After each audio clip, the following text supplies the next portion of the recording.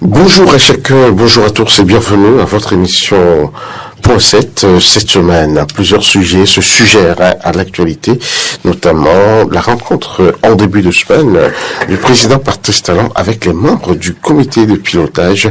Il leur a dit un certain nombre de choses sur lesquelles nous reviendrons dans cette émission.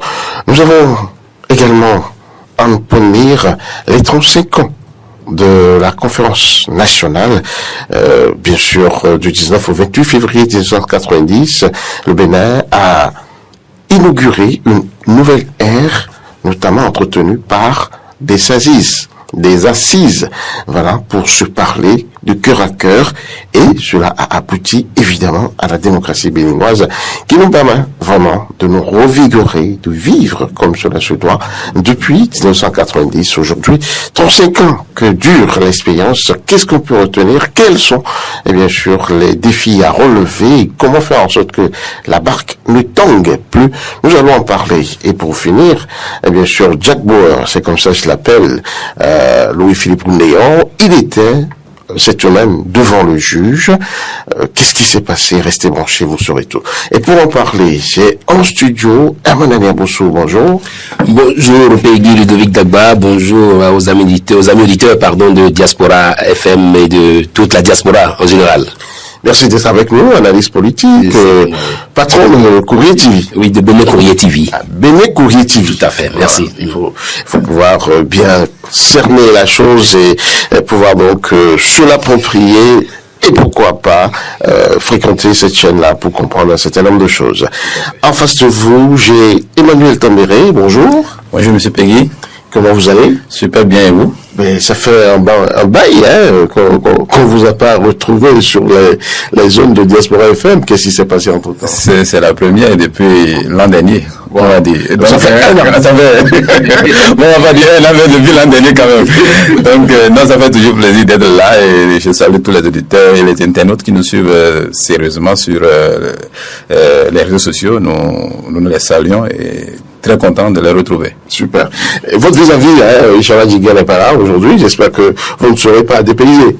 Il m'a manqué, c'est la première personne qui a demandé, voilà, ce qui est sûr, on va apprendre à voler seul aussi à un moment donné, quoi. Donc, non, ne vous en faites pas, il vous a pas lâché. C'est juste pour des besoins, on va dire, de la profession. Il est sur d'autres fronts de lutte actuellement.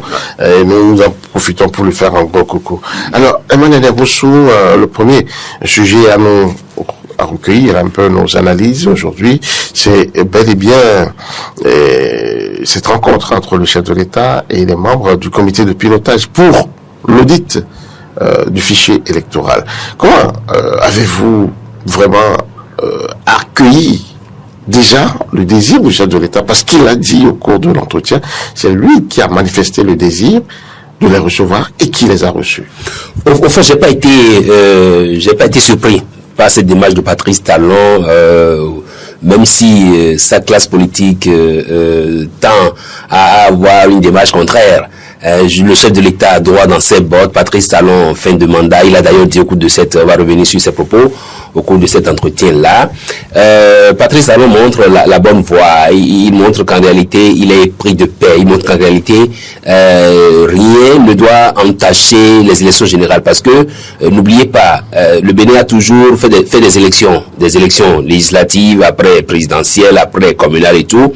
Et c'est Patrice Talon qui, voyant tout ce que ça nous coûte en termes de débauche d'énergie, en termes de perte de temps, à initier ou à faire en sorte que désormais on puisse aller vers des élections générales pour faire en sorte que les élections soient organisées chaque 5 ans. Et donc ça nous permet de travailler réellement au développement du pays. Donc Patrice Talon montre en réalité que son outil de départ, qui était de faire en sorte que les élections générales soient organisées et dans de bonnes conditions, et que l'objectif il est collé à ça, il a ça chevillé au corps, et donc il va travailler à ce que nous ayons des élections qui ne souffrent d'aucune ambiguïté. Et donc en rencontrant le comité de pilotage, c'est vrai, il n'y a que des acteurs de la société civile, et il a d'ailleurs dit il n'y a pas de politiciens ou de politica parmi eux. Et Jean-Baptiste Elias l'a également dit clairement, il s'agit d'un travail technique, ce travail qui va consister à auditer le fichier électoral, à faire en sorte que les morts qui sont morts soit vraiment mort et ne figure plus sur la liste électorale, à faire en sorte que ceux qui n'ont pas encore 18 ans et qui se retrouveraient sur la liste n'y figurent pas, à faire en sorte que les doublons également soient évités pour qu'on ait une liste électorale, comme on le dit, checkée. Voilà. Emmanuel Tambéré, vous, à votre niveau, comment appréhendez-vous l'opération? Ah oui, bon, c'était une bonne rencontre, c'était une bonne initiative du chef de l'État. Et je pense que c'était aussi pour lui l'occasion de vraiment recentrer l'objectif. Là, vous appréciez, l'opportunité de la rencontre? Oui. Sinon, la question c'était? Non, c'était comment vous appréhendiez l'opération du fichier électoral. Mais ne vous en faites pas, on va y revenir, continuer déjà sur le plan que vous avez amorcé. Ok, d'accord. Donc, je disais tantôt que c'était quand même normal que le chef de l'État s'assure de ce que la mission ne sera pas confondue, parce qu'il y a aussi trop d'appels, il y a aussi beaucoup d'autres choses, d'autres informations qui circulent, et finalement on ne sait pas quel était l'objectif. Quelles sont ces informations qui circulaient et qui peuvent aller contre sens? Je ne dis pas autre chose que ce qu'il a dit. Il a dit que il ne veut pas qu'on mélange ce travail avec les appels des politiciens qui veulent qu'on parle en même temps de la révision, de la relecture du code électoral, tout ça. Donc, puisque quelque part aussi, il faut le reconnaître, plusieurs souhaitaient qu'à partir, juste après l'audit du fichier électoral, qu'on puisse également aussi ils ont trouvé un terrain, je vais dire une bonne transition, pour que ça aboutit, sur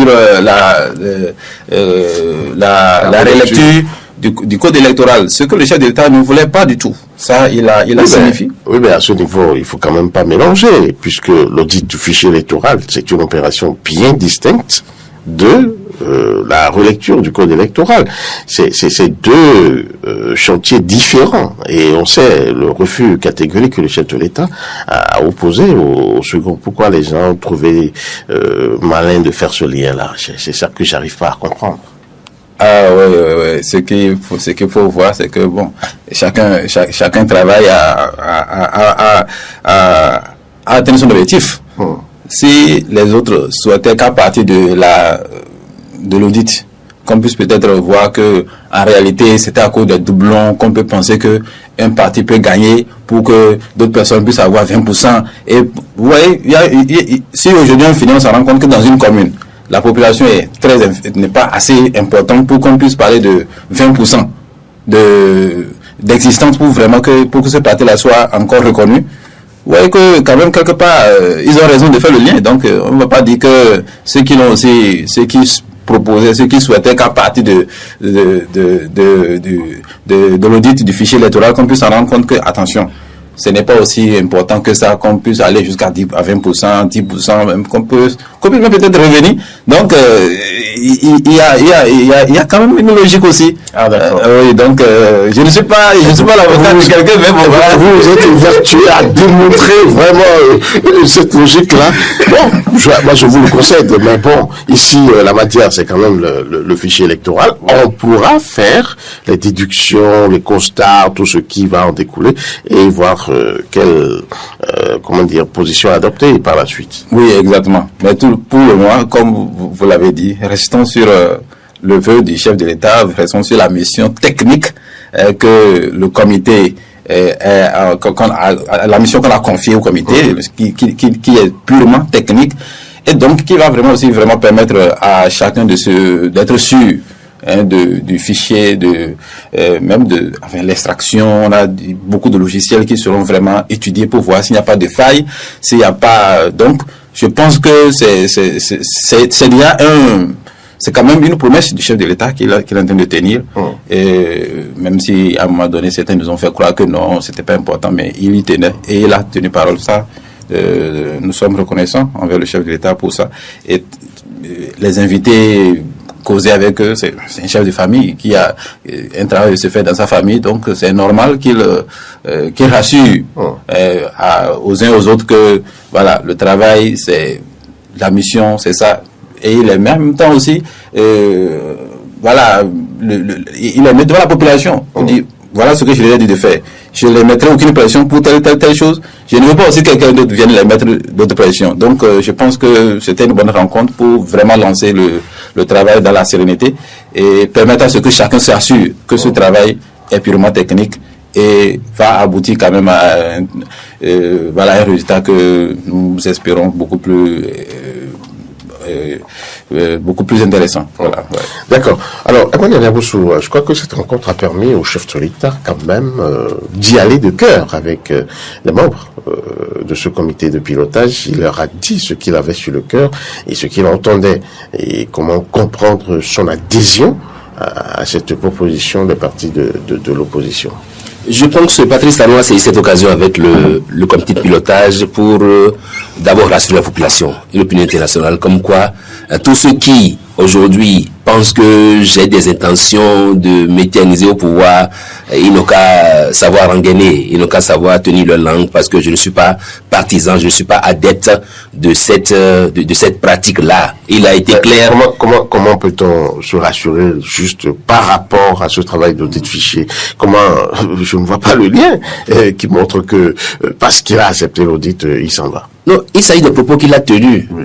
Et donc, j'ai fait transcription que j'ai voulu partager avec les amis qui nous suivent. Oui, mais là, nous sommes à l'analyse. D'accord. Non, les propos qu'il a dit, il dit, quand on est en fin de mission, non, il a parlé de fougue. Il dit, et je veux pas revenir sur ce qu'il a dit, mais il dit, quand on est en début de mission, en début de mandat et tout, on ne gagne pas une certaine fougue. Et on ne se pose même pas la question de savoir si ce qu'on fait, c'est ce qui est adapté, c'est ce qui est recherché par tous. Et donc, quand on est en fin de mission, on est pris par la qualité des choses. On est préoccupé par la bonne qualité des choses. Je pense que Patrice Talon nous montre, il peut pas, et il a dit à la fin, à bon entendeur, et tous ont répondu salut. Vous savez, Patrice Talon a trouvé le mot, il a trouvé l'occasion qu'il fallait. Et avant le comité de pilotage, je crois qu'il avait déjà rencontré des gars, certains acteurs de l'opposition, je ne sais pas qui, avec qui il avait tenu des propos, paraît-il, assez bien doux, et qui contraste un peu avec le ton ferme qu'on a eu à l'Assemblée nationale. Fini. Donc, je pense que Patrice est en train de nous montrer que, oui, il est en fin de mission et qu'il est en train d'amorcer un atterrissage. Et vous savez, un bon pilote, quand il veut atterrir, Patrice Talon d'ailleurs, il a atteint sa vocation de pilote, mais il nous montre que c'est de cœur et qu'il est très bon pilote parce qu'il a voulu atterrir et il veut atterrir en douce pour que on ne sente pas les créditations du tarmac, qu'on ne sente pas des mouvements où les gens vont se mettre à faire des signes de croix et tout. Je pense que Patrice Talon nous donne une fois encore l'occasion de penser que c'est un homme accompli, un homme bien, sauf que on retient dans ses propos que il dit qu'il est animé par une certaine fougue et qu'il se demande, il n'a pas pris le temps de se demander si ce qu'il est en train de faire répond aux aspirations du peuple. Est-ce que c'est en fin de mandat qu'il va se poser cette question? Justement, j'avais posé la question parce que vraiment, est-ce que Patrice Talon ne donne pas l'impression là, franchement, je voudrais même pas aboutir dans ma réflexion. Est-ce que c'est à ce moment précis qu'il faut quand même se poser? Il y a quand même eu 9 ans. J'allais me faire la même question. Et il y a eu beaucoup de récriminations. On a encore en mémoire les sorties fracassantes du l'ancien chef de l'État, Boni Yahi, qui l'ont même amené à devenir opposant au régime de Patrice Talon. Tout ceci aurait quand même pu faire tilt dans la tête du chef de l'État. Ça montre en fait que quand on est au pouvoir, il faut savoir se mettre au pouvoir à nouveau. Parce qu'en réalité, Patrice Talon nous montre là, à travers ses déclarations, qu'il s'est un peu enfermé dans une bulle. Et qui n'a pas eu le temps d'écouter ces populations. Est-ce que Patrice Talon même suit nos différentes émissions? Je ne pense pas qu'il suit. Sinon, il aurait été mieux au courant de certaines choses qui lui auraient permis donc de réajuster un peu. Mais bon, il avait son plan de développement en tête pour lui. Il fallait développer le pays pour lui. Il fallait à la fin être porté en triomphe pour lui. Il fallait montrer que le Bénin pouvait se développer avec ses propres moyens pour lui. Il fallait, mais en même temps, et c'est lui qui a utilisé l'expression, il avait un peu trop la tête dans le guidon. Et donc, il fallait des gens à côté de lui, des gens qui vraiment pouvaient l'aider à regarder les choses objectivement. Mais malheureusement, il se fait que quand on est au pouvoir chez nous en Afrique et au Bénin, ceux qui vous entourent, ils sont d'abord là pour leurs intérêts. Et ensuite, ils sont là, ils ne veulent pas vous faire entendre ce que la population dit. Mais pour eux, c'est que vous devez foncer. Chef, c'est bon, allez-y. chef, c'est bon, allez-y. Donc, à la fin, maintenant, Patrice Talon se rend compte qu'il aurait dû faire sans doute des ajustements. Est-ce qu'il peut encore se rattraper? Bien malin qui peut le dire. De toute façon, il est en train de chercher les moyens pour se rattraper, apparemment. Oui, bien sûr. Il faut aussi dire que les amis qui ont travaillé avec lui pendant longtemps, et en qui il croyait beaucoup, peut-être qu'il avait vraiment mis sa confiance en beaucoup, mais à un moment donné, il s'est rendu compte que, comme il le disait tout à l'heure, c'était pas vraiment les gens c'était pas ceux qui portaient vraiment l'information de la population, mais plutôt leur propre intérêt. Donc aujourd'hui, il s'est rendu compte vraiment que beaucoup étaient là pour leur propre intérêt, et il s'est dit, est-ce que quand on m'a clamé que non, le peuple c'était bon, est-ce que c'était vraiment le peuple qui l'appréciait? Donc il y a ça, et je pense que il n'est jamais tard quand même de bien faire.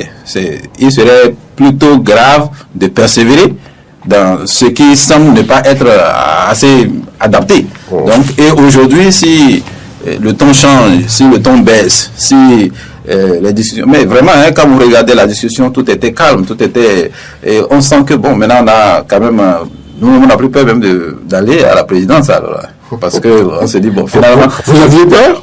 Alors, est-ce qu'on vous y a invité? Non, bon, je sais que je ne serai pas invité, donc c'est une façon de parler. On va s'arrêter. Vous êtes venu voir. Il y a la salle du peuple au palais de la Marina. Ah non. Ah non. On va laisser. L'accès n'est pas si simple, donc l'accès à la salle du peuple n'est pas populaire. C'est ça. Non, il faut quand même dire que vous ne pouvez pas aller là-bas sans objet. Si vous n'avez rien à y faire, vous ne pouvez pas vous y retrouver. Donc, il faut quand même déjà qu'on apprécie ce qui se passe. Il faut qu'on reconnaisse quand même que, bon, voilà, on sent mais que c'est ça. Bon, toutefois, on sait quand même que on a quand même aussi quelqu'un de très stratégique qui peut toujours sortir une carte à la dernière minute pour qu'on puisse mieux comprendre ce qui se faisait. Donc, de toute façon, ça ne nous amène pas, c'est pas pour dire que bon, on va aller dormir. Non, on reste à côté quand même pour toujours interpeller si quelque chose ne va pas, pour que le chef nous entende. Je pense que cette fois-ci, il va plus aussi pencher son oreille vers la population, c'est-à-dire écouter les radios, les émissions, tout, pour entendre ce que la population directement dit et de quoi elle se plaît.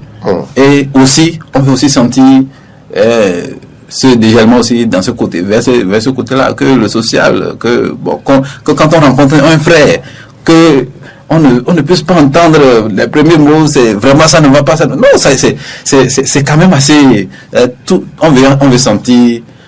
Là, vous êtes en train de faire un plaidoyer. Oui, on profite. Quand c'est bon, les poches se sentent aujourd'hui, ressentent un peu les effets de ce dégel au niveau du chef de l'État. Quand l'occasion se présente, et c'est une bonne occasion, il faut profiter. Les occasions se présentent peut-être une fois. Donc, si il a l'occasion, ou bien si quand même le vent peut emporter quelques mots, qu'on puisse aussi sentir une main levée vers cette condition-là. On veut que le peuple se sente bien.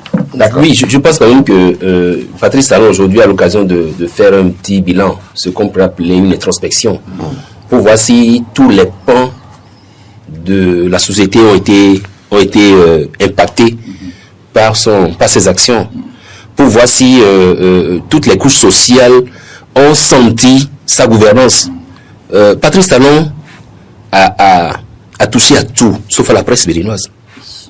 Il a impacté toutes les couches sociales du pays, sauf la presse béninoise. La presse béninoise qui aujourd'hui se retrouve, Patrice Talon, je ne sais pas s'il a rencontré une seule fois en 9 ans, s'il a rencontré la presse béninoise comme ça pour changer sur les difficultés. Il a fait une conférence de presse avec la presse béninoise. Oui, conférence de presse, c'était vous parler c'était pour évoquer des questions d'actualité. Il n'a pas rencontré la presse pour demander à la presse comment vous vous portez aujourd'hui. Est-ce que ça va? Est-ce que ma gouvernance vous a impacté un peu? Il n'a jamais fait ça. Ça veut dire qu'en réalité, la même presse qui l'a aidé à venir au pouvoir a été oubliée au détriment ou au profit des acteurs politiques. Patrice Talon a préféré... Sur la question, je crois que à la sortie de cette conférence de presse et à la sollicitation faite par un confrère un ou deux confrères de la presse écrite. Je crois que le chef de l'État a demandé à son cabinet de communication d'organiser une rencontre avec la presse. Ça devait se tenir, je crois, le jour de son anniversaire. C'était l'année dernière, je crois. Malheureusement, cette rencontre n'a pas pu se tenir à ce jour. Oui, ça montre combien de fois la presse n'est pas prise au sérieux. Je dirais par tout le gouvernement. Sinon, on n'oublie pas l'échelle par laquelle on est allé au sommet. Je dis ça en passant. Pour dire simplement que Patrice Talon aujourd'hui, quand il dit qu'il avait une certaine fougue, oui, la fougue était là, effectivement, on a senti Patrice Talon déterminé et tout. Mais il a tenu certains propos au début de son mandat en disant par exemple à certaines personnes autour de lui que notre erreur à nous autres, c'est d'être là à un moment où il a besoin de serrer le pays. C'est vrai que nous, aujourd'hui, nous, de notre âge, on se sent génération sacrifiée. Parce que depuis toujours, depuis le renouveau démocratique jusqu'à l'heure où nous parlons, notre génération n'a jamais bénéficié de quoi que ce soit. C'est-à-dire qu'on a fait que subir des différentes réformes jusqu'à présent. Et donc, chaque fois, attendez, c'est pas encore le moment, comme ça. On viendra à vous, on passera à vous. On a subi les affres de la révolution, on a subi les affres, les premières heures de la démocratie, on a subi les successions au pouvoir, on a subi les réformes au niveau de la fonction publique, où on devait organiser des concours, on n'a pas fait, on a subi le gel des recrutements dans la fonction publique, on a subi plein de choses, et on continue encore de subir, donc, et ça continue. Malheureusement, c'est fait que la presse, c'est l'enfant pauvre. C'est vrai qu'avec le président Edouard Loko, on annonce que l'aide de l'État à la presse, mais l'aide qui va intervenir, on n'a pas annoncé l'augmentation de la cagnotte. C'est pas encore là, même si ça va être augmenté. Ça a été dit. Est-ce que le président Edouard Loko nous a annoncé que l'aide sera réévaluée? Oui, qu'il a annoncé que l'aide sera réévaluée, c'est un fait. Mais ça va être réévalué après combien d'années de galère? Après combien d'années de décès au niveau des médias? Bientôt. Est-ce que, non, bientôt, non, c'est l'histoire de celui qui dit, attendez un peu, on va manger, Non, je préfère qu'on mange, et que, si cette aide était là, beaucoup de nos confrères ne seraient peut-être pas passés de via trépas. Si l'aide de la presse privée, l'aide à la presse privée était là, ou à la presse en général était là, beaucoup d'acteurs n'auraient pas quitté le monde des médias pour se retrouver aujourd'hui en train de trémer dans un monde dont ils ne connaissent pas les arcanes. Donc je pense qu'en réalité, il faut que, si Patrice Talon a cette occasion encore, ce qu'il rappelle, il essaie de se racheter au niveau des médias qui l'ont aidé, je rappelle, à venir au pouvoir. Parce que sans les médias, il n'aurait peut-être pas pu revenir au pays. Je voulais vous raconter cette petite anecdote à travers une vidéo que j'ai surprise sur les réseaux sociaux. Un homme, la trentaine ou la quarantaine, qui disait, écoutez, celui qui a mis le bénet sur le feu là, a levé le bénet du feu parce que c'est déjà cuit. Il est déjà cuit. Ah oui. C'est pour dire la teneur, la chaleur financière qui tenaille les Béninois aujourd'hui, et surtout les hommes de la presse. Exactement. Je crois qu'on en parlait même avant l'émission. C'est quand même très visible la situation des hommes des médias. Moi, je ne suis pas un homme de médias, mais je suis en contact permanent avec un sympathisant des hommes de médias. Exactement. Déjà, en étant quelqu'un qui fait médias en ligne, vous êtes un homme de médias. Je ne sais pas pourquoi est-ce que vous voulez, parce que en fait, il pense que c'est un monde. C'est un monde des pauvres. Il ne veut pas appartenir à ce monde des pauvres. Je comprends. Grâce à son activisme.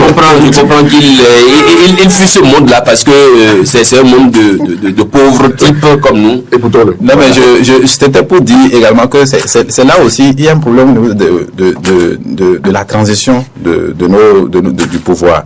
C'est comme si chaque fois que un gouvernement vient, il doit reprendre à zéro ce qui se faisait.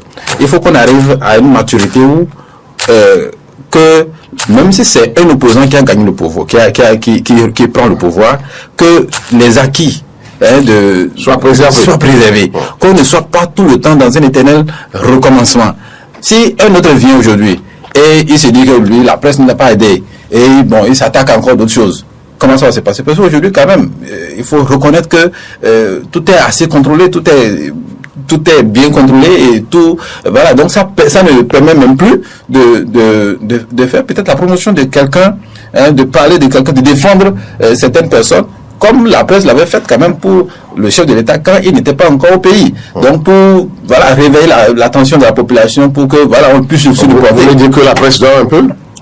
Je ne dis pas, non, je dis pas que la presse dort, mais la presse n'a pas quand même, aujourd'hui, sa liberté d'expression quand même est assez réglementée, assez suivie. Mais elle a toujours été réglementée. J'ai dit assez. Aujourd'hui, c'est assez. C'est dit quand même que oui, c'était le cas, mais aujourd'hui, quand même, je ne veux pas. Vous savez que tout ce que je dis, vous le comprenez, et tout le monde le comprend à demi-mot. Il faut quand même qu'on commence par comprendre à demi-mot. Moi, je ne le comprends pas. On va pas aller dans tous les détails. Non, c'est clair quand même que aujourd'hui, comme je l'ai dit, je prends un exemple. Aujourd'hui, quand les gens ont créé des mouvements pour appeler à des candidatures de certaines personnes, et ça les a créé des problèmes. Je n'ai appelé aucun nom. Donc, mais par le passé, quand même. On n'a jamais dit que on les a fermés parce qu'ils ont appelé, ils ont fait, ils ont traité l'information de la candidature de quelqu'un. Ça n'a pas été dit officiellement. Et écoutez, je suis d'accord avec vous. Oui. Mais est-ce qu'on est d'accord quand même que pour avoir pensé, non, c'est clair, il y a des accusations qui étaient quand même assez claires par rapport à ne pas appeler, parfois c'est des partis politiques, c'est sur le dos des partis politiques, on dit non, il faut tel. Mais quand même, aujourd'hui, je ne peux pas aujourd'hui sortir dire que, librement dire que je veux telle personne comme candidat à la présidentielle, par exemple. On va me dire non, que c'est pas comme ça, c'est pas dans ce cadre-là que ça se fait. Ah bon? Bien sûr, on va me dire que non, c'est les partis politiques qui doivent. Il me cherche, il veut manger dans la bouche. Je veux la liberté d'appeler quelqu'un à être candidat, je crois que les gens le font. On a entendu qu'Émile Seba a déclaré dans ce pays qu'il sera candidat. Mais c'est lui, il a même dit que les gens appellent, mais moi je ne sais pas ceux qui appellent là, s'ils sont vraiment bénis. On a vu, comment s'appelle, le solidariste, M. Daniel Eda, faire son activisme en disant qu'il veut quand même être candidat pour la magistrature suprême. Oui, ce sont des personnes qui ont l'intention eux-mêmes, qui disent et qui en même temps véhiculent leur vision. Mais j'ai dit, moi en tant qu'individu, en tant que citoyen, je ne peux pas m'asseoir et faire des analyses et dire que voilà mon candidat, celui que je veux que tout le monde choisisse. Actuellement, je ne peux pas le faire. On va me dire que c'est hors du cadre légal parce que la réforme du système partisan l'exige aujourd'hui. Oui, c'est ce que je dis. Donc ça veut dire quand même... Ça ne porte pas atteinte à l'expression, à la liberté d'expression, non? Ou bien je me trompe? Ok. Donc moi je suis en train de défendre. Mais ce qui est sûr, ce n'était pas comme ça. Et j'ai dit que si c'était dans ce cadre-là était comme ça, si aujourd'hui la façon dont ça se passe, c'est la différence que vous faites. Oui, si aujourd'hui la façon dont ça se passe, si il y a 10 ans, c'était comme ça, c'est pas sûr que le peuple aurait connu assez un homme qu'on appelle Patrice Talon de la sorte, jusqu'à le porter à la présidence. Donc aujourd'hui, il est venu, on a vu qu'il était aussi un homme qui avait à donner à son pays. Donc, on a envie quand même que les libertés qu'on permette aux gens de découvrir tous ceux qui sont présidentiables, qu'on parle d'eux, librement, pour qu'on puisse commencer par aussi les étudier. Vous ne voulez pas évoluer, quoi. Vous voulez continuer toujours par avoir les histoires du passé. On pouvait chaque fois appeler, oui, telle personne, je veux qu'il soit candidat, je veux qu'il soit candidat. Mais je ne parle pas de ceux qui vont prendre de l'argent auprès des gens pour... Non, je ne parle pas de ça. Donc ça règle quand même un problème. Oui, non, ça règle un problème, ça c'est clair, ça règle un problème. Ça règle un problème, mais ce n'est pas aussi ce que je dis. Peut-être que je n'utilise pas les mots juste. Vous avez bien compris. Voilà, sinon je pense quand même que c'était pour vous amener à mieux justifier votre point de vue. J'ai essayé avec la prudence qu'il faut, mais je ne sais pas si elle peut vraiment me faire clair correctement. Oui, Madame Rousseau, on va clore ce chapitre. Oui, close ce chapitre en remerciant Patrice Talon de nous de nous avoir montré du doigt ce qu'il veut pour ce pays à travers l'audit du fichier électoral. Mais en même temps, et ça c'est ma doléance, c'est vrai qu'on a parlé du budget qui doit être alloué au comité de pilotage, mais j'ai appris qu'il y a d'autres budgets connexes. J'ai appris qu'il y a d'autres budgets connexes qui touchent à d'autres composantes qui doivent prendre part également à l'audit de ce fichier électoral-là. Donc, c'est de faire en sorte que ce budget, ou tous ces budgets-là, soient connus de tous et qu'on sache ce que les autres partis qui prennent part à l'audit du fichier électoral, ce que ces partis-là... Quels sont ces autres budgets-là? Parce que le président, Jean-Baptiste Elias, le président du comité de pilotage, a été clair. C'est la fonction technique. Et la fonction technique, pour réaliser l'opération, c'est 159 millions. Et il a même détaillé. Les experts prendront une 80aine de millions. Il y a l'opération proprement dite, où, les membres du comité de pilotage sont à 45 000 francs par jour. Et pas plus. Je vous prierai simplement de vous rapprocher de ce même Jean-Baptiste Elias ou du gouvernement pour savoir, pour avoir d'autres éléments, parce que les informations qui circulent font état de ce qu'il y a d'autres composantes qui prennent part à l'audit du fichier électoral. Et donc il faut qu'on fasse des recherches par rapport à ça. Il parlait même des responsables des marchés publics, des contrôleurs. Il y a tout cela aussi qui sont, je pense que c'est des entités différentes. En fait, c'est des entités très différentes. Il y a le service technique, mais puisque c'est l'agent de l'État, et ça doit suivre une certaine logique. Oui, il a parlé de la nomination d'un délégué financier, d'un contrôleur financier, et tout ça là est compris dans le reste des sous, selon ce que j'ai compris. Hein. Bon, je sais pas si j'ai mal. De toute façon, ce qu'on souhaite, c'est que l'audit se fasse dans de bonnes conditions et que à la fin on ait un fichier plus ou moins clean, parce qu'on ne peut jamais avoir un fichier à 100% clean, mais un fichier qui à la fin ne souffre d'aucune ambiguïté et ne nous conduise pas à des contestations, parce que quand on dit élection générale, c'est faire en sorte que le pays retrouve un peu son ambiance d'antan, où chaque campagne électorale était une ambiance de fête pour nous et tout, voilà. D'accord. Encore que c'est une période de fête de fin d'année, voilà. Donc que la fête soit vraiment belle. Je voulais juste profiter et aussi demander à la population de jouer aussi son rôle, parce que au-delà de tout, c'est à elle de déclarer les gens qui sont décédés pour que vraiment on puisse retirer cela. Si on se lance dans, s'il n'y a pas l'adhésion de la population à dénoncer ou bien à relever les décès qui ont été qui sont enregistrés et qui peut-être n'ont pas suivi la bonne procédure pour avoir un certificat de décès. Donc c'est très important quand même que on va pas s'asseoir pour dire que non, des gens ont pris l'argent pour travailler. Non, nous aussi on n'a pas à jouer, et c'est vraiment être voyant dans ce qui est affiché, dans tout ce que le comité va nous demander de faire comme travail ou bien notre participation, si il y en a, que la population se soit prête à collaborer pour que le travail se fasse de façon efficace. D'accord. Merci beaucoup. Nous allons passer au deuxième sujet de cette émission. C'est vrai qu'on a passé plus de temps sur le premier qui est intéressant, qui franchement a pris beaucoup de temps. On va parler de la conférence nationale, 35 ans après. Aujourd'hui, on remarque qu'il y a un peu partout tout un activisme autour de la célébration des 35 ans, ce qu'on n'a pas remarqué lors des 34 ans, encore moins lors des 33 ans. Mais qu'est-ce qui peut expliquer ce regain d'intérêt? Par ici, on a le Bloc République, l'Union Progressiste, le Renouveau, qui organise un colloque sur les 35 ans. Là, c'est bel et bien l'Église catholique qui fait la chose, ainsi de suite. Comment on peut comprendre ce regain d'intérêt alors que Patrice Talon est en fin de mandat?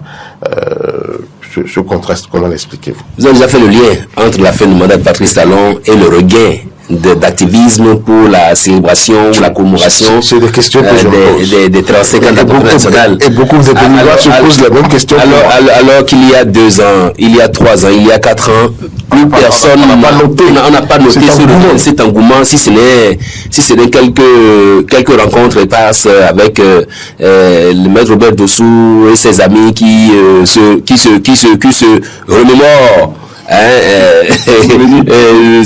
c'est cette conférence-là. C'est le moment fort de la conférence nationale. De la préparation. On a même senti plutôt il y a 2 ans, 3 ans, 4 ans que la conférence nationale ne vivait plus, n'a jamais existé dans le pays. N'a jamais existé dans le pays. Bon, maintenant que la conférence... Et là-dessus, vous me permettrez de rendre hommage quand même à la presse. Oui. Parce que chaque année, la presse se donne ce devoir-là de le rappeler, de rappeler la conférence nationale aux souvenirs des Béninois.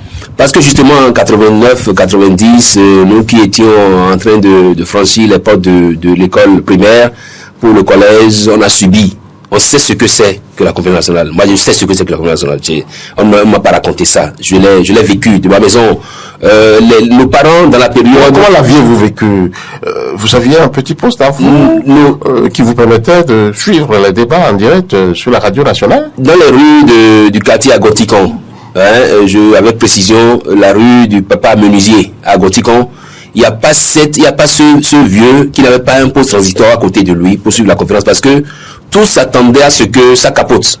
Tous s'attendaient à ce que les militaires prennent les armes, que le pays s'enflamme. La respiration suspendue. Le souffle coupé. On attendait. Et puis, dans les rues de Cotonou, c'était désert.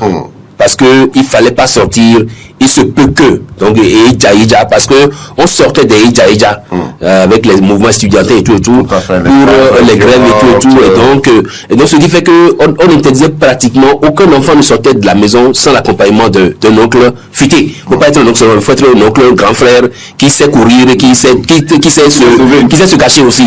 Et donc, moi j'ai vécu ça. Et donc, moi j'ai été surpris que, après que tout cela soit passé, va perdre des profits, et aujourd'hui, le père Marie-Jo, ça n'existe plus. Bon, alors, est-ce qu'on aurait dû casser ce bâtiment qui accueille la conférence? Est-ce qu'on n'aurait pas dû faire de ce bâtiment-là un monument, ou bien, c'est pas un truc de l'UNESCO, ou bien une fierté nationale pour que les enfants puissent savoir? Parce qu'en réalité, à un moment donné, les modifications qui sont intervenues dans la Constitution on semblait faire croire que les acquis ou que le b.a.-ba de la Conférence nationale, que ce b.a.-ba-là a été violé.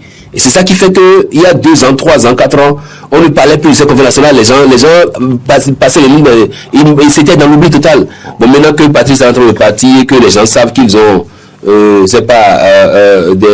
ont à renouer un peu avec la population. Je les vois s'agiter un peu autour de la Conférence nationale. On fait des colloques par-ci, on fait des méditations de grâce, on fait des prières musulmanes par-ci, on fait juste pour la Conférence nationale. Alors que il y a 2, 3, 4 ans, on a semblé nous faire croire que c'était de l'hypocrisie. Alors qu'on en a joui, on a joui des fruits de cette conférence nationale-là. Je pense que c'est... Et on continue d'en jouir. Ces agitations que je vois de la conférence nationale, je les prends pour ce qu'on appelle en Église catholique acte de contrition. À ce point-là. Oui, acte de contrition. Emmanuel Tambéré. Oui, c'est... Bon, je pense aussi que, enfin, on va dans le même sens. C'est la fin d'un régime. Et il faut aussi reconnaître qu'à un moment donné, même, je prends l'exemple de l'ancien président de l'Assemblée nationale, Adrien Goïi, qui est sorti et qui a dit qu'il fallait quand même qu'il y a beaucoup de tensions. Donc, il y a quand même beaucoup de tensions. Il y a beaucoup de tensions cumulées et que personne n'arrivait à exprimer à un moment donné. Donc, je crois que c'était l'occasion, avec la fin de mandat qui s'annonce, c'était l'occasion pour les uns et les autres de mieux s'exprimer. Je pense qu'il y a eu un déclic, et puis après, tout le monde a commencé à animer. Donc, on attendait peut-être les premiers actes, les premières actions dans ce sens, pour que chacun finalement aussi montre que ça l'intéressait, il y avait tel sujet, il y avait telle chose, il y a ci à faire, pour que c'est pour ça que ça a pris comme ça. Pour moi, c'est l'analyse que je fais de la célébration des 35 ans de la conférence nationale cette année. Bon, et je pense aussi que c'est quand même aussi, il faut reconnaître que nous sommes aussi en fin d'un cycle, donc c'est normal que, encore une fois, qu'on réfléchisse à un nouveau cycle. La conférence a lancé la démocratie. Et aujourd'hui, il est important quand même qu'une démocratie qui est toujours à l'épreuve, il est important quand même qu'à un moment donné, même si quand on commence quelque chose, à un moment donné, on s'assoit pour voir est-ce que ce qu'on a commencé, c'était une bonne chose. Si c'était bon, qu'est-ce qu'on peut améliorer? Je pense que nous sommes arrivés aussi à un niveau où, oui, ce besoin se fait ressentir de part et d'autre. On a envie on a envie de s'asseoir à nouveau et de revoir un peu. Est-ce que il y a des choses à apporter à notre démocratie? Est-ce qu'il y a des choses à améliorer? Est-ce qu'il y a des choses à préserver? Donc, je pense que nous sommes à ce tournant-là qui donne beaucoup. Beaucoup voulaient de ça, mais n'arrivaient pas à s'exprimer. Bon, je pense que grâce à l'Église catholique, peut-être qui a été un peu plus, je pense qu'elle a plus attiré l'attention, elle a plus insisté cette fois-ci avec la presse. Donc tout le monde est rentré dans le jeu et puis je pense que ça a donné ce que ça donne aujourd'hui. Alors, Emmanuel Ndaboussou, qu'est-ce qu'on peut retenir aujourd'hui, 35 ans après, de notre démocratie? Est-ce qu'elle continue toujours de nourrir son homme, ou faudrait-il, comme beaucoup l'ont souhaité à un moment donné, y apporter des réformes, y apporter un souffle? Est-ce que la démocratie béninoise est en train de s'essouffler? Parler de la conférence nationale ou des acquis ou de ce qu'on retient de la conférence nationale, c'est d'abord faire faire un peu l'historique. En bref, je serai très bref. La conférence nationale est intervenue après les Yeja, après la crise économique aiguë. Après la banqueroute. Après tout ce qu'il y a eu déjà 87-88, ça a commencé. Et les seuls qui dans la période prenaient encore leur salaire à temps, c'était les cheminots. Je me rappelle, puisque mon père fut cheminot, personne d'âme. Eux, ils prenaient leur salaire parce que le train allait et ils revenaient de temps en temps et tout. Des gens, je vous dis, sont allés se saisir de marmite au feu. Et ils sont partis avec. Des gens étaient brûlés. Des mamies de Abobo, des gens sont partis. Des gens, et quand vous écoutez la chanson de Sabou Andanialou, un père a préféré donner du poison à tous ses enfants et ils sont tous morts ensemble parce que ça n'allait plus. Les papas demandaient à leur femme d'aller se prostituer pour pouvoir donner à manger aux enfants. Et donc nous on a vécu des années blanches. On l'a pas voulu. On a vécu donc aujourd'hui, quand à un moment donné, les gens ont semblé oublier la conférence nationale, moi j'ai compris que c'est excusez-moi, bon, je ne veux pas utiliser l'expression, sinon ça va paraître un peu bizarre à mon sens. Mais aujourd'hui, les acquis, oui, on a parlé c'est la démocratie qui est là. Il y en a qui appellent même à ce qu'on mette la démocratie là en berne. Il y en a qui ont appelé dans leur fougue pour de voir Patrice Talon rester au pouvoir. Il y en a qui ont dit oui, que la démocratie, est-ce que c'est le régime adapté? Comme si ils ont oublié ce qui nous a entraîné vers cette démocratie. La démocratie, j'ai appelé juste un pas pour que les gens comprennent qu'en réalité, nous ne sommes pas des enfants. On vient de très loin. Les années blanches, la banqueroute, le gel des recrutements, tout ça là. Comment vous comprenez qu'un test organise, par exemple, un test puisse dire qu'il y a une limite d'âge pour accéder à une fonction, mais que l'État qui doit organiser ce concours de recrutement ne puisse pas avoir les moyens d'organiser les concours. Ça veut dire que tous ceux qui, dans la période, ont traversé cette période de vache maigre là, n'ont pas pu intégrer la fonction alors qu'ils étaient prédisposés à ça. Donc, c'est ça le pays, c'était ça le Bénin. Donc, oui, aujourd'hui, on parle de démocratie, la démocratie est là. Est-ce que les réformes intervenues en 2019, est-ce que c'est des réformes qui ont consolidé la démocratie? Je dirais oui, tant bien que mal. Tout ce qu'on peut retenir de positif, tout ce qu'on va trouver positif chez Patrice Talon, c'est qu'il a réussi cette démocratie économique.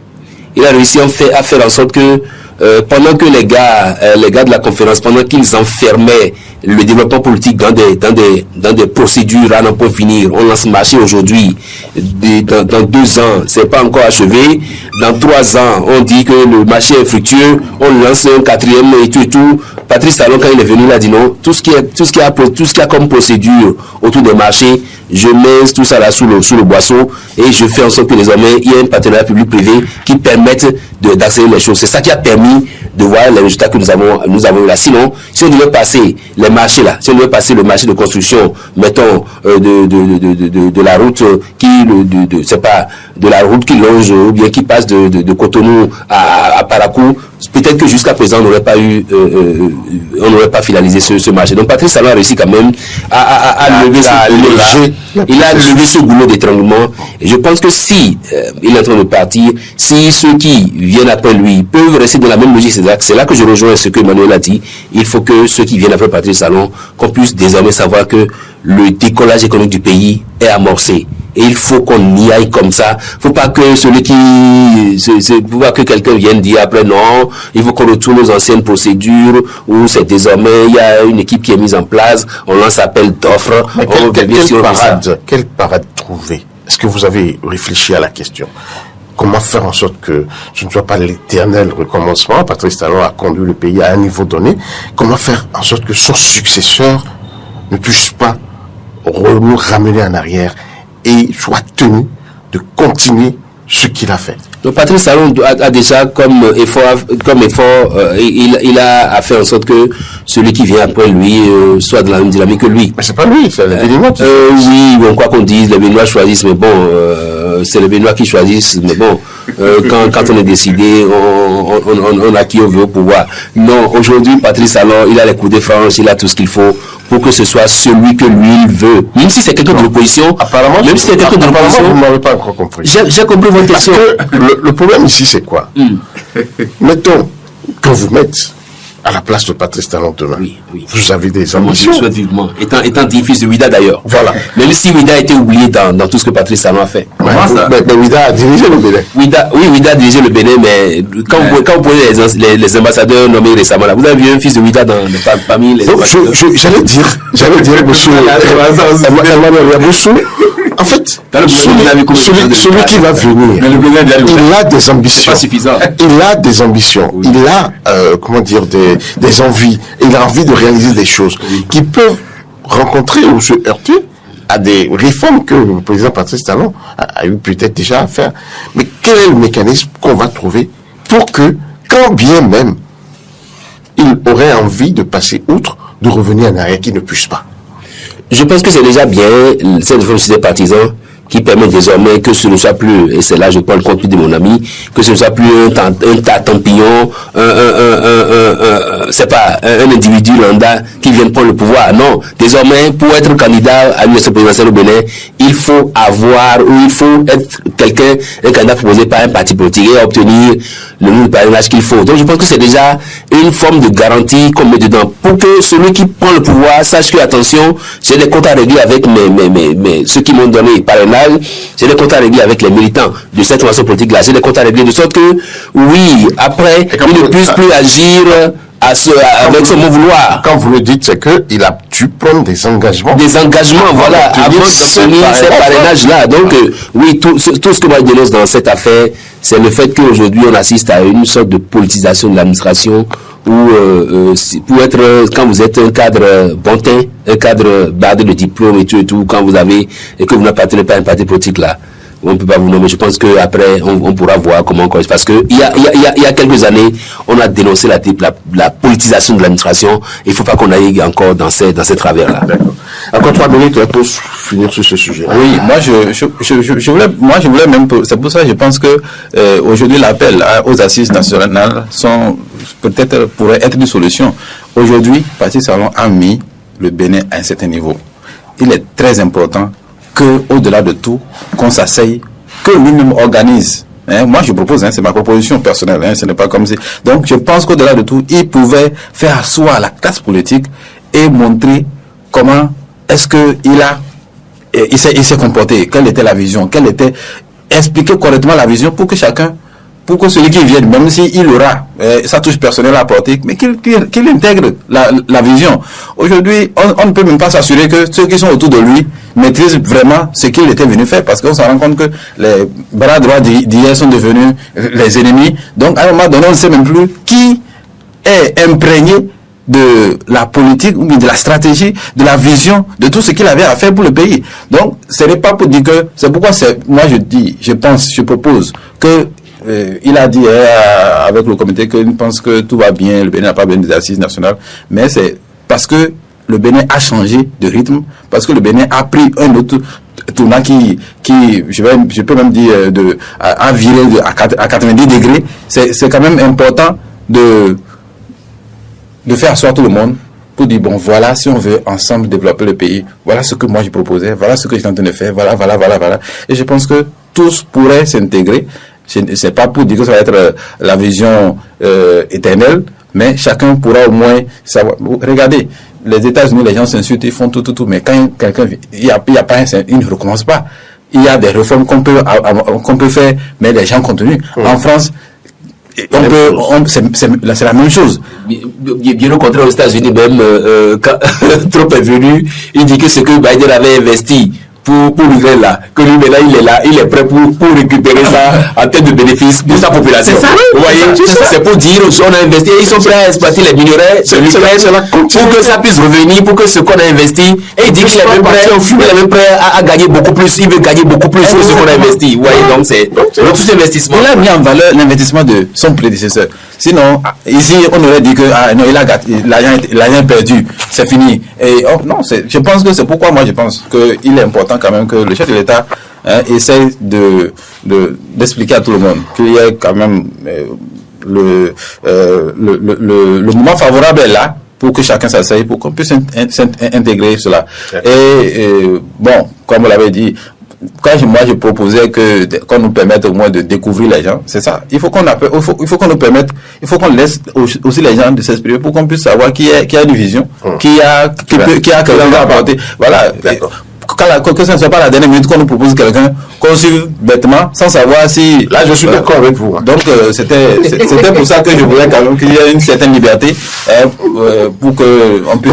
Qu'on libère le jeu. Exactement. Et qu'on n'attende pas forcément les 6 mois avant les élections. Qui se déclare déjà candidat, vous avez déjà la liberté. L'autre pour nous candidat. Et bien voilà, l'autre nom c'est quand même un bébé noir. Donc laissez-le pouvoir prouver de quoi il est capable. S'il peut déjà, s'il peut déjà faire enregistrer sa candidature, ben ce sera déjà ça. Merci beaucoup. Nous allons finir, il nous reste quelques minutes pour finir cette émission. On va pas quand même finir sans évoquer le retour de Louis-Philippe Omeyan devant le juge cette semaine. Oui, vous avez dit qu'on l'appelait Jack Bois. Bon, tout simplement parce qu'il me fait penser à cet acteur dans ce film que vous connaissez si bien, je crois, 24 heures chrono. Ouais. Oui, bon, ça, en fait, moi j'ai vu, c'est un avis personnel aussi, je vois un peu un contraste entre le personnage et la personne. Bon, il avait encore d'autres révélations. Bon, moi je me demande, pour un grand flic qui a tant prouvé, j'ai l'impression quand même que les choses sortent facilement de sa bouche. Je ne sais pas, en tout cas, je le répète, c'est un avis personnel. Les informations sortent trop facilement. Bon, moi, je suis quand même, je suis un peu déçu. Je suis un peu déçu de voir que, bon, aujourd'hui, il est aussi malmené par cette justice que peut-être il aurait même pu, en tant que flic qu'on connaît, qu'on nous avait présenté. Bon, je pense quand même que, bon, c'est lui qui fournit les informations, c'est lui qui donne plus de raisons aujourd'hui à croire que, bon, il peut encore rester là pour donner plus d'explications. Donc, on est là, on observe pour voir comment ça va finir. Mais il a vraiment des informations à fournir. Bon, les gens, donc il y a matière à creuser. D'accord. Oui, je pense que le dossier Louis-Philippe Omeyan a été enrôlé. Il a comparé une fois encore devant la cour, devant la criette. Ce dont on parle, il s'agit d'une conversation qu'il a eue avec l'ancien ministre de Boyaï, ambassadeur du Bénin, désormais également ancien ambassadeur, parce que avec les dernières nominations, Moudjaïdou Soumanou n'est plus ambassadeur aujourd'hui. Il est remplacé par le député Badirou Aguemon pour l'ambassadeur du Bénin au Koweït. Donc, je pense que c'est une conversation qu'il a eue. Maintenant, qu'est-ce que Moudjaïdou a fait? Et c'est là que je voudrais que ceux qui vont devant les cours, les tribunaux, nos confrères puissent rendre compte vraiment de ce qu'ils ont entendu, parce que la chronique judiciaire, c'est pas pour tout le monde. On dit que il avait déjà appelé et lui promettant de le rappeler une fois pour qu'ils échangent autour de certaines questions, et que lui, prenant ses précautions, il s'est dit, il faut que j'enregistre ce qui va sortir de notre conversation. Et c'est ce faisant, c'est pensant à cela qu'il a appelé son neveu, Camille Amoussou, en question. Et le neveu l'a rejoint. Il a même dit au neveu, si tu ne viens pas me voir dans les 15 minutes là, ce n'est pas la peine de venir. Parce qu'il dit qu'il a un Android et qu'il ne sait pas comment faire enregistrement de conversation. Un iPhone, voilà. Il ne sait pas comment faire enregistrement sur iPhone. Et donc, le neveu est venu, il a pris son téléphone et a enregistré ça sur son WhatsApp à lui.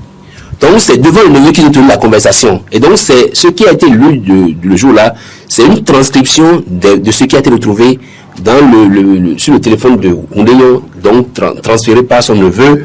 Et donc, c'est ça la conversation entre lui et puis Moudjaïdou Soumanou. Oui. Est-ce qu'il s'agit de révélation? Je ne pense pas qu'il soit question de révélation, parce que Moudjaïdou Soumanou lui a rappelé un peu ce qu'il a vécu pendant qu'il était au pouvoir. Les gens ont tenté de l'assassiner et tout. Et Oundeyo dit oui, que c'est même pour empêcher les gens de l'assassiner que lui a mis en place une équipe de policiers qui ont assuré sa sécurité. Lesquels policiers sont allés ont permis de lui mettre la main dessus quand il était question de l'histoire de tentative d'empoisonnement. Donc les mêmes personnes qui le surveillaient, c'est grâce à eux qu'on a mis la main sur Moudjaïdou. Donc je pense que il n'y a pas de révélation. Les révélations, peut-être avec le départ de Moudjaïdou Soumanou, qui n'est plus ambassadeur, est-ce qu'il va revenir au pays? S'il revient au pays, sans doute, est-ce qu'on va lui faire appel pour qu'il aille confronter ses propos avec ceux de Oundeyo? Ce sera ça la grosse interrogation. Mais le cas qui devrait le plus préoccuper dans ce dossier, c'est le cas de Camille Amoussou, en fait, le neveu de Oundeyo. Celui qui n'est juste venu là que parce que son oncle lui a dit, viens m'aider à enregistrer une conversation.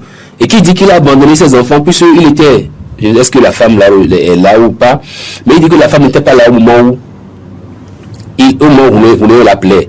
Et qu'il a dû laisser ses deux enfants affamés pour venir, il était même souffrant, pour venir à la rescousse de son oncle. Et c'est quand il était là en train de travailler, quand ils sont venus les chercher, les enfants, c'est le lendemain que les enfants ont pu manger. Il dit que c'est le lendemain que ces enfants ont pu manger. Et donc, est-ce que, si la justice, je pense que ce qu'il faut demander à la justice là, c'est de faire rapidement en sorte que les enquêtes préliminaires retrouvent leur vivacité, leur objectivité, leur véracité, pour que si quelqu'un dans le dossier n'est pas impliqué outre mesure, qu'on puisse libérer le gars. Donc, les gens parlent juste de Oundeyo, mais ils oublient qu'il y a un Camille Amoussou qui est son neveu, qui croupit en prison avec lui. Je pense que c'est des cas qu'il faut rapidement étudier pour qu'on sache réellement qui a maille à partir avec la justice, parce que Oundeyo comparait pour harcèlement par voie électronique et incitation à rébellion. Est-ce que le neveu est dedans? S'il n'est pas dedans, qu'on puisse rapidement démêler les chevaux. Voilà. Merci beaucoup. Emmanuel Parfait Adiabonsou, vous êtes journaliste, analyste politique. Vous étiez dans cette émission face à Emmanuel Tambéré. Lui, il est activiste politique. Ensemble, nous avons décortiqué l'actualité au plan national. Merci à chacun et à tous d'avoir été avec nous. Chers auditeurs, nous espérons vous avoir satisfait du mieux que nous pouvons. Si ce n'est pas le cas, revenez-nous encore la semaine prochaine. On essaiera de faire mieux. Merci d'avoir été là. Merci. Le point 7. Le point 7. Votre émission de décryptage de l'actualité nationale et internationale sur Diaspora FM 102.3.